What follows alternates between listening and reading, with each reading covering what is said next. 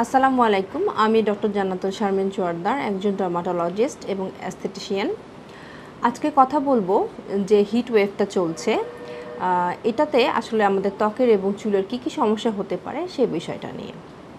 বর্তমানে যে ধরনের অতিরিক্ত তাপমাত্রা পড়ছে সেগুলো কিন্তু আমাদের পূর্বের কোনো বছরে এরকম হয়নি, যার ফলে যে তাপমাত্রাটা পড়ছে আমরা কী ধরনের চুলের এবং হেয়ারের সমস্যা হতে পারে সে সম্পর্কে একদমই পরিচিত নই।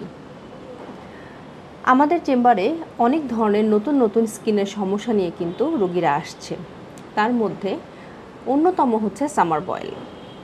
বাচ্চা থেকে যে কোনো বয়সের শিশুরা আমাদের সামার বয়েল বা অন্যান্য যে কোনো ধরনের ফাঙ্গাস ধরনের সমস্যা নিয়ে খুব বেশি চেম্বারে আসছে। এতে নারী বা পুরুষ কোনো বিভেদ নাই, যে কোনো ধরনের যে কোনো বয়সের বা যে কোনো লিঙ্গের মানুষ কিন্তু এই সমস্যাগুলো নিয়ে খুব বেশি আসছে, যার ফলে আমাদের আউটডোর বলেন বা ইনডোর বলেন যে কোনো ধরনের বা যে কোনো জায়গাতে আমাদের এই রোগীগুলো হ্যান্ডেল করতে একটু বেশি সমস্যা হচ্ছে। গরমে আমাদের আরেকটা বেশি যে রোগটা সবচেয়ে বেশি কমন সেটা হচ্ছে ঘামাচি। ঘামাচির অনেক ধরনের রকমভেদ কিন্তু হয়ে থাকে।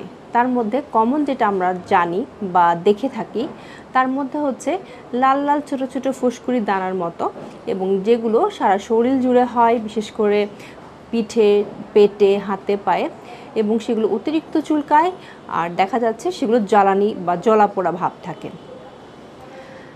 যে ঘামাচিগুলো আরেকটু অতিরিক্ত জ্বলাপোড়া বেশি হয় সেগুলো কিন্তু দেখা যাচ্ছে ঘা বা অন্যান্য যে পাছড়া টাইপের রোগ সেগুলোতে পরিণত হতে পারে। এই গরমে বিশেষ করে ফাঙ্গাসের যে প্রাদুর্ভাব সেটাও কিন্তু বেড়ে যায়। এছাড়া শীতকালের মতো কিন্তু আমরা দেখছি এবার অনেকে ঠোঁট ফেটে যাচ্ছে, যেটা কিন্তু ইউজুয়ালি গরমে হয় না। এই গরমে আমরা দেখছি অনেকে ঠোঁট ফেটে যাচ্ছে এবং মাথায় অতিরিক্ত ঘামের ফলে খুশকি হচ্ছে, যার ফলে চুল পড়াও কিন্তু বেড়ে যাচ্ছে। আরেকটা হচ্ছে মুখ যাদের বেশি ঘামে বা বেশি সোয়েটিংয়ের প্রবলেম আছে তাদের কিন্তু ব্রণের সমস্যাটাও অতিরিক্ত হচ্ছে। এসব ক্ষেত্রে আমরা বলে থাকি যে এই প্রবলেমগুলো দূর করার জন্য বেশি বেশি করে পানি খাওয়ার জন্য, হালকা বা লাইট কালারের ড্রেস পরার জন্য, আর সানস্ক্রিন ইউজ করার জন্য। অনেকে আমাকে প্রশ্ন করে থাকেন যে এই গরমে সানস্ক্রিন ইউজ করলে মুখটা আরও বেশি তৈলাক্ত হয়ে যায়, সেক্ষেত্রে কী করণীয়।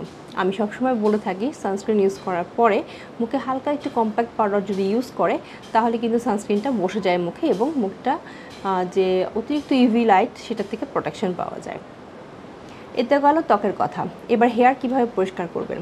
সবসময় প্রতিদিনই গোসল করার চেষ্টা করবেন 2 থেকে 3 বার, এবং মাথায় শ্যাম্পু ইউজ করবেন, সেটা অ্যান্টি ড্যান্ড্রফ শ্যাম্পু বা কিটোকোনাজল যে কোনো শ্যাম্পু ইউজ করে থাকবেন। অ্যাজ এ হোল এই গরমে আপনারা সুস্থ থাকার জন্য বেশি বেশি করে পানি জাতীয় খাবার খাবেন, লাইট খাবার খাবেন, কোনো মশলা জাতীয় খাবার খাবেন না, লাইট পোশাক পরিধান করবেন। যারা বাইরে কাজ করবেন আশা করি ঠিকমতো আপনারা প্রোটেকশন নিয়েই বাইরে যাবেন এবং গরমের যে তাপ সেটা থেকে নিজেকে রক্ষা করেই বাইরের কাজগুলো সারবেন। ধন্যবাদ সবাইকে, ভালো থাকবেন, সুস্থ থাকবেন। আসসালামু আলাইকুম।